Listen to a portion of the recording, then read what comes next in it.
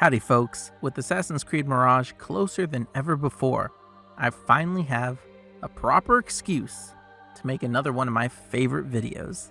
You know, the kind where I explore and rank my favorite simulated cities from the Assassin's Creed series. I've done the medieval cities of Assassin's Creed Valhalla, the ancient Greek cities of Assassin's Creed Odyssey, and the diverse ancient African cities of Origins. Now, it's time for something a little closer to home, and to my own time. I'm Kanaju, and these are the top 10 American cities in Assassin's Creed. American meaning located in the Americas, of course. For those who weren't aware, there are actually 6 Assassin's Creed titles that feature locations in the Americas. Assassin's Creed 3 and 4 are the most popular, or best known, but games like Rogue and Liberation also bring some of the series' most unique cities into the mix. Overall, there's a surprising variety of locations to choose from, so I'm narrowing my criteria to include cities with unique icons, like icons on the map like Havana, Boston, or Halifax. My apologies to places like Sleepy Hollow, Grand Cayman, or Lexington and Concord. As always, I'm looking at a combination of visual design, narrative potential, and gameplay opportunities when ranking these. Not to mention, personal bias, of course. Can't have a proper list without some of that. So, location spoiler alert, I guess, for these old games and Valhalla, ?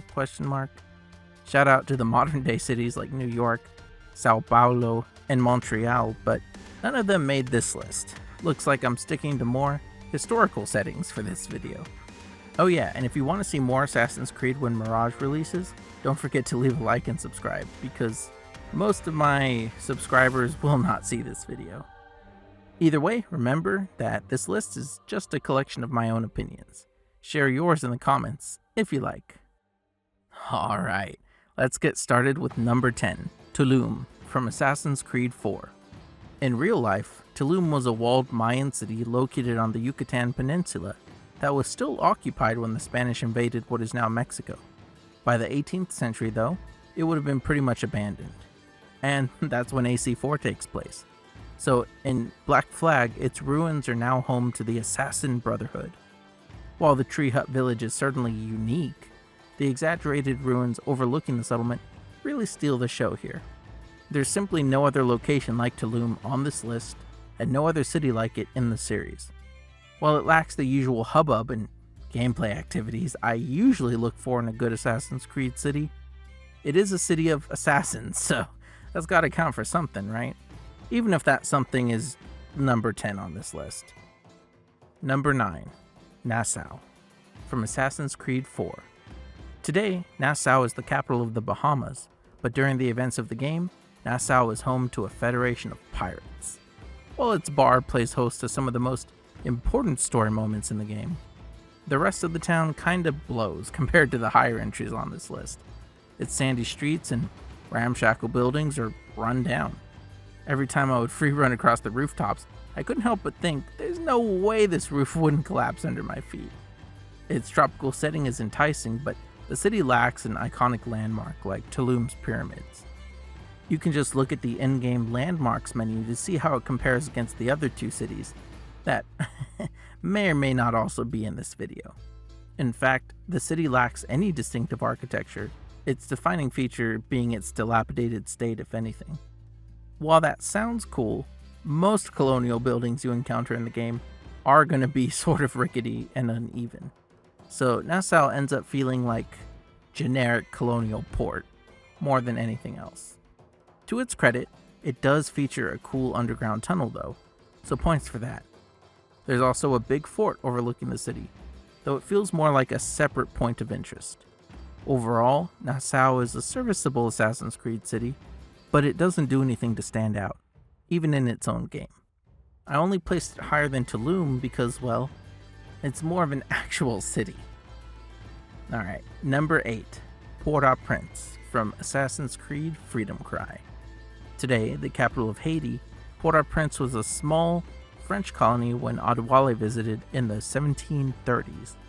In our reality, Port-au-Prince didn't gain its name until a bit later in history, but exact historical accuracy is not a deal breaker in this video. I'm concerned more with how it fits into the game. The port city, if you can call it that, is probably the smallest settlement on this list. However, if you include the 3 adjacent plantations, you could consider it a much larger settlement. Despite its small size, Port-au-Prince is absolutely jam-packed with side activities. Almost too many. Its compact layout means you'll be tripping over one side activity while trying to complete another every single time you cross town. Every time. This also means you'll become intimately familiar with the layout by the time you complete the story. As far as city story content goes, it's actually quite good, making full use of the limited locations available, such as the Governor's Mansion and Warehouse District. One thing that really sets it apart is the city's reliance on the slave trade. While assassins usually operate from the fringes of society, this town is genuinely hostile towards Adewale on account of his skin color. Pretty much all side activities involve fighting this oppression. However, because these activities are so prevalent and reset so often, it can feel like an impossible evil for one man to overcome alone. And perhaps that's the point. Returning to the visuals of the city though, Port-au-Prince is much like Nassau, in that the city's tropical setting is quite pretty, but its architecture is just standard colonial fare. Its main landmarks are the Governor's Mansion and the brothel La Dame en Rose. However that's pronounced, I can't speak French. That said, it's undeniably still a beautiful little city, packed tight with gameplay activities and powerful environmental storytelling. Number 7. Kingston from Assassin's Creed 4. Now, I promise, the rest of this list isn't all Assassin's Creed 4, or its DLC. A lot of them just happen to rank lower for whatever reason. So after the destruction of the English settlement of Port Royal by an earthquake, residents moved across the bay and laid out a new settlement on the mainland. That settlement, Kingston, became the capital city of Jamaica. Kingston is surrounded by mountains. Its streets are shaded by trees and its fields are full of crops. It's the perfect location for an agricultural economy and a beautiful setting to boot. Because it was built as a result of the previous settlement's destruction, a more intentional approach to its layout was taken by its planners. City streets are laid out in a grid pattern, with wide streets for commerce. This makes it easy to navigate and gives its otherwise predictable English colonial architecture more of a stately character, as do the large lawns that are found throughout the city. Kingston is a large city for its game, but it's so spread out that it doesn't always deliver that rooftop parkour that I look for in an Assassin's Creed city. That's not the end of the world, though. Notable landmarks include Lawrence Prince Manor, a large windmill overlooking the city, plantation, and Fort Charles. The fort is actually located across the bay, among the remains of Port Royal. Yep, if you were wondering, that small cluster of ruins and buildings on that peninsula, that's actually Port Royal in the game. So this entry is kind of like 2 cities in a way, especially since you have to take a boat to get across the bay. Fort Charles is a pretty unique looking fort that actually still stands to this day. Neat. While Kingston doesn't feature my favorite story beats, and its spread out buildings don't make for my favorite gameplay, its impressive size, picturesque mountains, and addition of Port Royal are enough to put it above Port-au-Prince in these rankings.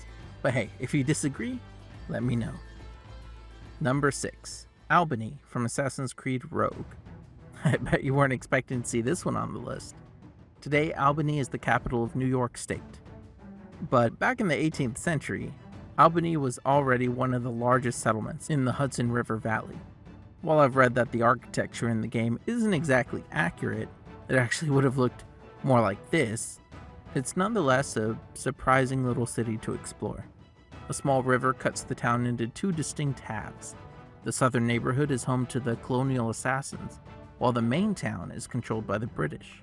Notable landmarks include Albany City Hall and a star-shaped fort whose name escapes me for some reason, to the east. If you know this fort's name, please leave a comment below because I couldn't figure it out. The city has surprisingly navigable rooftops with pretty much no guards to speak of, which I always prefer because I'm too lazy to fight guards when I'm running.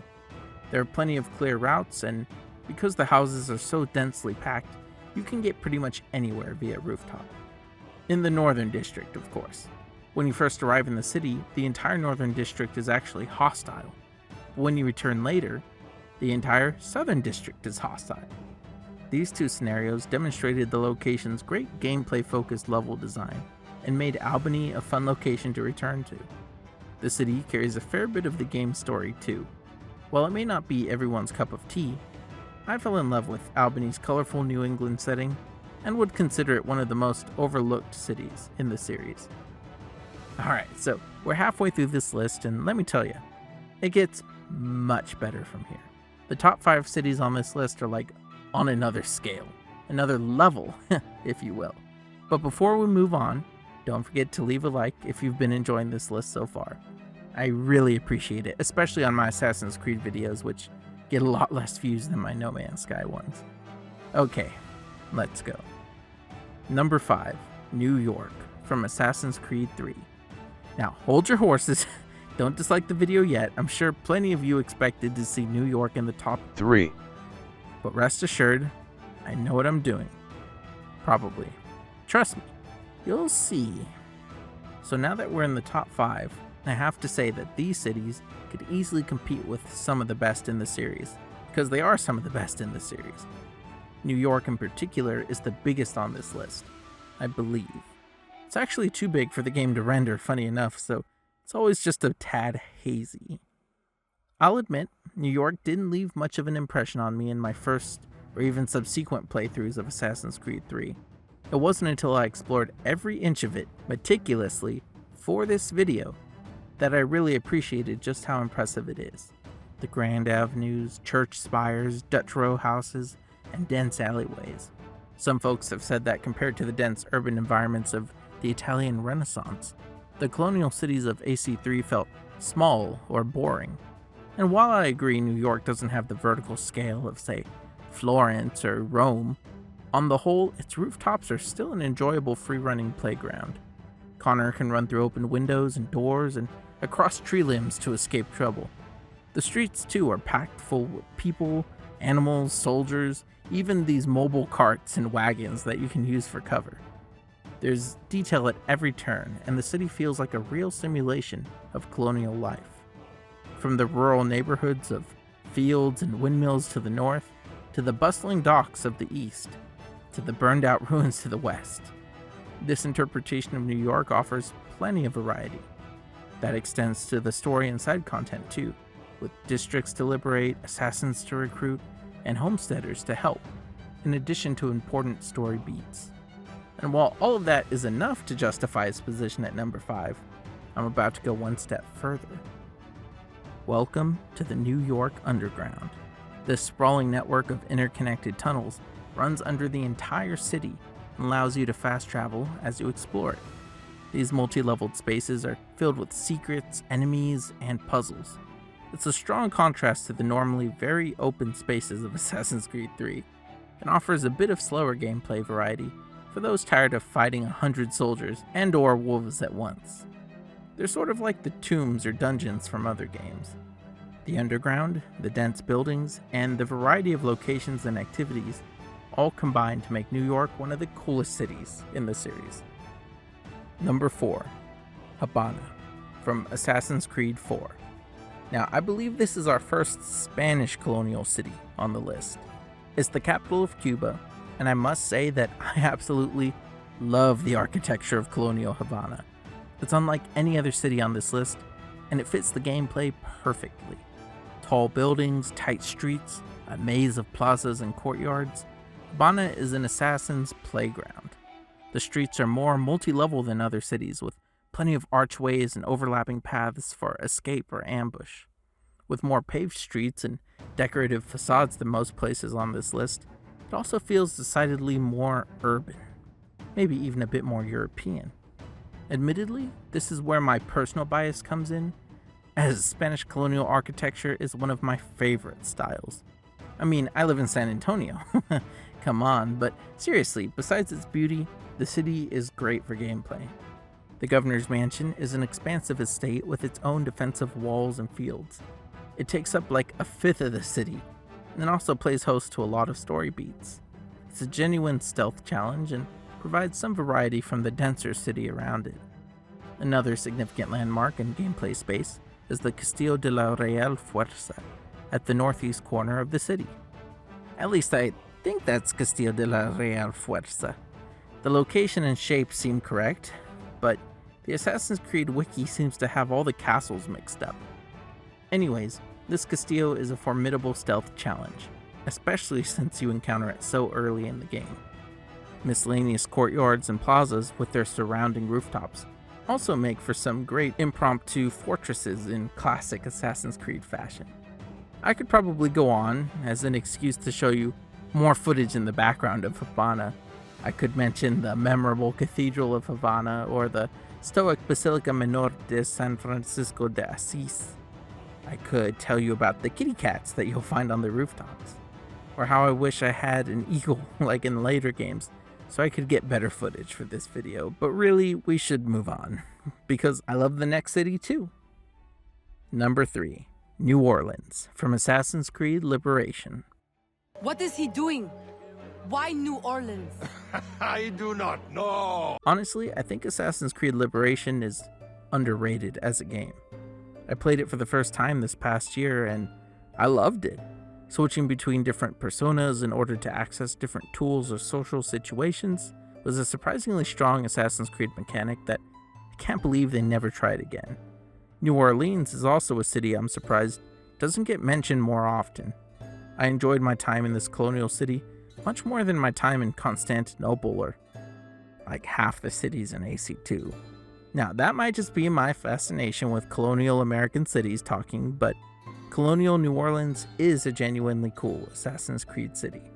For starters, you explore the city across different eras, seeing it under both French and Spanish control. You see the streets decorated for Mardi Gras and barricaded for revolt. The city also evolves depending on which persona you've adopted. As a lady, you have to stick to the streets, interacting with guards and avoiding or fighting muggers.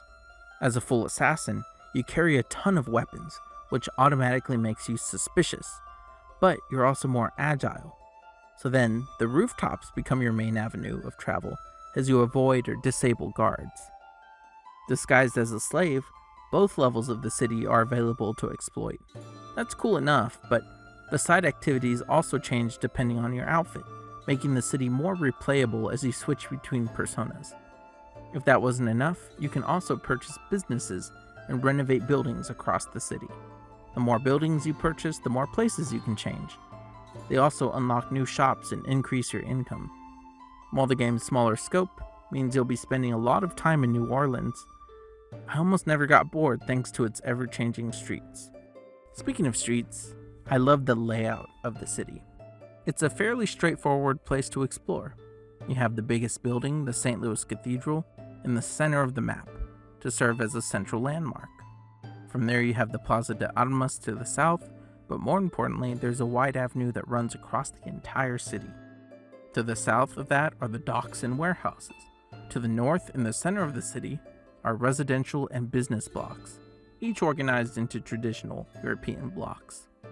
A second lateral avenue also cuts across the city again, dividing that central district from the smaller homes to the north. You know me, distinct districts are always a plus.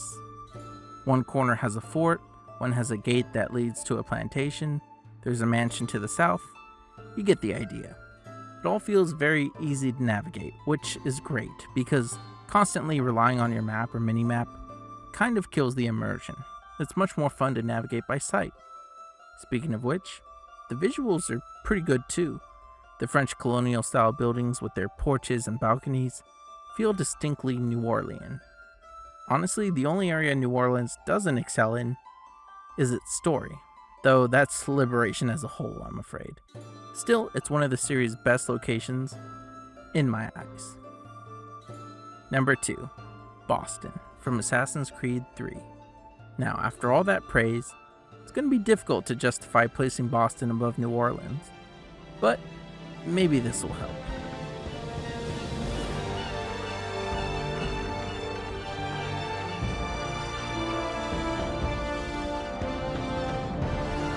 I mean, case closed, right? Don't worry, I actually have more to say. Let's break it down according to my original criteria. Visual style. Honestly, there's a reason Boston is currently one of the most expensive places to live in the US. It's because it looks like this. My god, it's beautiful. Honestly, I'm a sucker for red brick walls and cobblestone streets, and Boston has those in spades. It's not a one-trick pony though. You have the urban neighborhoods, but you also have the more rural areas. You have forts and ports, shipyards, warehouses, and taverns. Heck, you even have a vast underground, just like New York. So visual variety and fidelity are great. When it comes to narrative potential, Boston is full of the stuff. You play as both Hatham and Connor in Boston, and a lot of the game's most pivotal moments take place here. Plus, you have the individual assassins to recruit and homestead missions. And you can't forget Boston Brawlers. I mean, you can, but it's pretty cool too. Gameplay-wise, Boston is good stuff. Forts, ships, and the underground each provide unique gameplay scenarios. The dense rooftops are perfect for parkour, if a little crowded with guards. The streets are definitely crowded with soldiers. Too many, says I, but that's balanced by all of the options you have to escape and blend in. Open windows, tight corners, dense crowds, and other tricks give Boston a very urban character. I should also mention that its open areas are big enough to warrant using a horse. So, variety? Question mark. Also, you can't forget Boston Brawlers. Wait, I already made that joke. There are also lots of collectibles. Yay! The other X factor Boston has going for it is that, just like previous Assassin's Creed games, there are a lot of historical landmarks that you can visit both in-game and then in real life. Seriously, I've actually taken the Freedom Trail in Boston, and it's incredible. You have the old State House, the Old North Church, King's Chapel, Faneuil Hall, just to name a few. To be honest, I could probably flip New Orleans and Boston without losing any sleep, but there's a certain quality to Boston that's difficult to describe.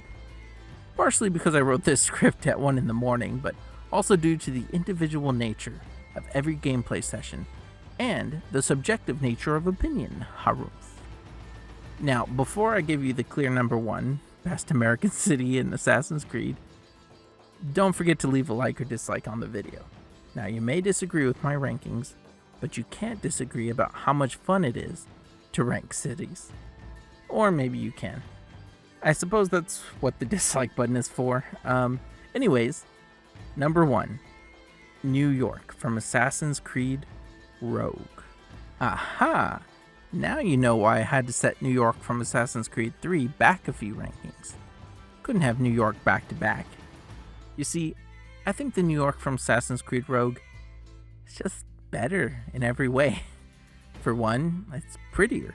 Instead of the monochromatic metropolis of ACIII, Rogue opts for a brighter, more vibrant palette.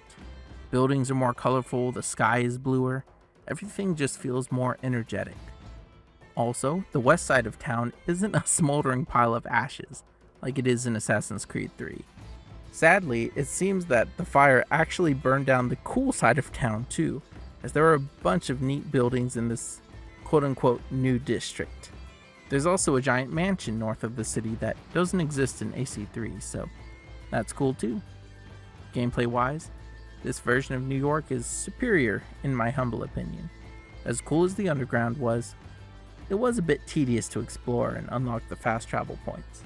Now you can fast travel to viewpoints as you can in later games. Much simpler, and it keeps the gameplay going, which is good because there's a lot of gameplay. Next, the city has been divided into 6 distinct districts, each with its own stronghold to conquer. Now I love these strongholds as they provided fun challenges and unlocked a lot of the map very quickly. Plus, they help curb assassin activity in a district, making it safer to explore. Besides being able to conquer the city one district at a time, you can also renovate buildings to improve the city and your income. It feels good to fix up an old building and helps me feel more connected to the city. I feel responsible for it in a way. In Assassin's Creed 3, New York always felt very hostile, and that made sense. Connor was a Mohawk warrior who was viewed as an outsider by most of the European colonists. Therefore, New York was cold and unfriendly. In Rogue, Fort Arsenal is your new base of operations, so New York becomes your new home. It's bright and inviting, you reduce crime and fix up businesses. It's a completely different vibe that I really enjoy. The dense layout of Assassin's Creed 3's map is maintained and maybe even improved, as I believe there are less guards. Plus, the addition of the western side of the city gives you even more to explore. It also maintains the rural north for variety's sake, so it has all the strengths of the ACIII New York, minus the most tedious parts. Plus, there's a ton more to do and collect. Story-wise, it fares pretty well too. You meet a couple of characters there, and there are some fun set pieces. Ultimately though, it's just the most fun and most expansive American city in the series. It's sad that many folks never gave Rogue a shot due to its, frankly, silly release alongside AC Unity. There was a lot of brand fatigue at the time too. Coming back to in 2023 though, I appreciate a lot of the improvements Rogue makes over Black Flag. The ship combat remains strong and the river valley is engaging to explore. And while it may not have as many large cities as Black Flag, New York is surprisingly fresh in its second appearance. And so, there you have it, my personal top 10 American cities in Assassin's Creed.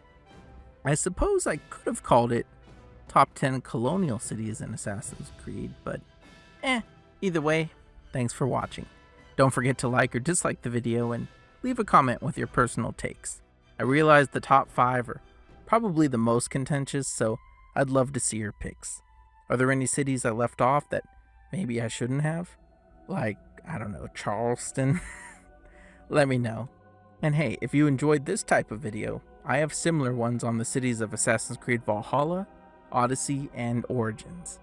And you never know, I might just do a playthrough of Assassin's Creed Mirage when that releases. Medieval Baghdad seems like an incredible city to explore. We'll see. Until then, thanks for watching, and I'll see you in the next video. Bye!